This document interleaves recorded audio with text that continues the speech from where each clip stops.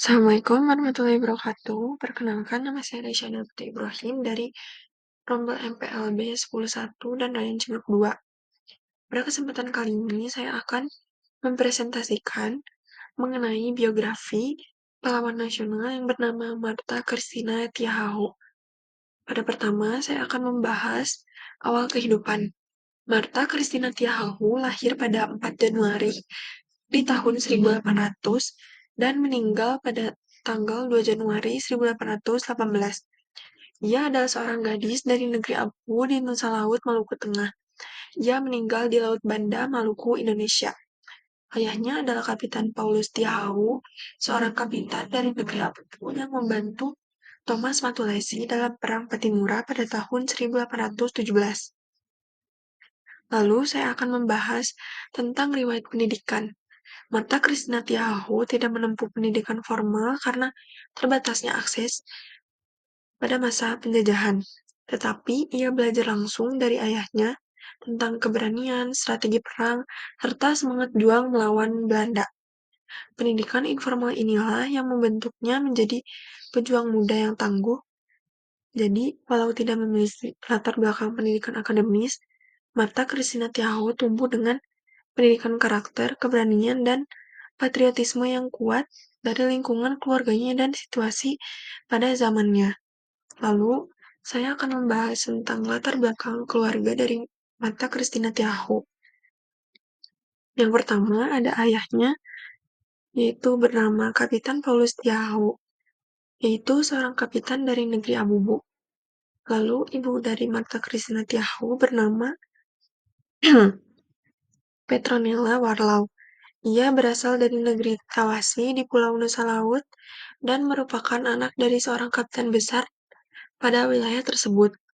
Sayangnya, ibunya meninggal dunia saat Martha masih bayi. Lalu, saya akan masuk kepada perjuangan. Martha Christina Tiahahu merupakan seorang pejuang kemerdekaan Indonesia yang ikut bertempur melawan tentara Belanda pada saat Perang Patimura di tahun 1817.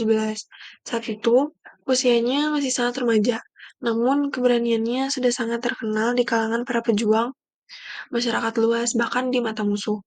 Sejak awal perjuangan, ia aktif, terlibat, dan pantang mundur dari medan perang.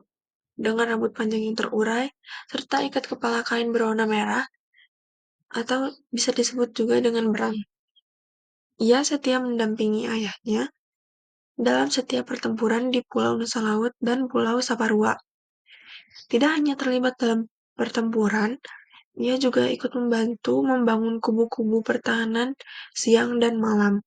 Martha juga berperan dalam membangkitkan semangat kaum wanita agar turut membantu perjuangan bersama para pria di medan perang. Lalu ada akhir hayat Martha Christina Tiahahu. Dalam sebuah pertempuran sengit di negeri Ulat di bagian tenggara Pulau Saparua, Martha bersama sejumlah pejuang lainnya berhasil dikalahkan dan ditangkap oleh tentara negara Belanda. Beberapa di antara mereka dijatuhi hukuman gantung, sedangkan yang lainnya diasingkan ke Pulau Jawa. Ayahnya dijatuhi hukuman tembak mati. Martha sempat berusaha membebaskan ayahnya dari hukuman tersebut, namun usahanya tidak berhasil.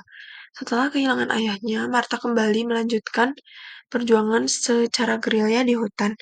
Namun akhirnya ia tertangkap lagi oleh negara Belanda dan hendak diasingkan ke Pulau Jawa.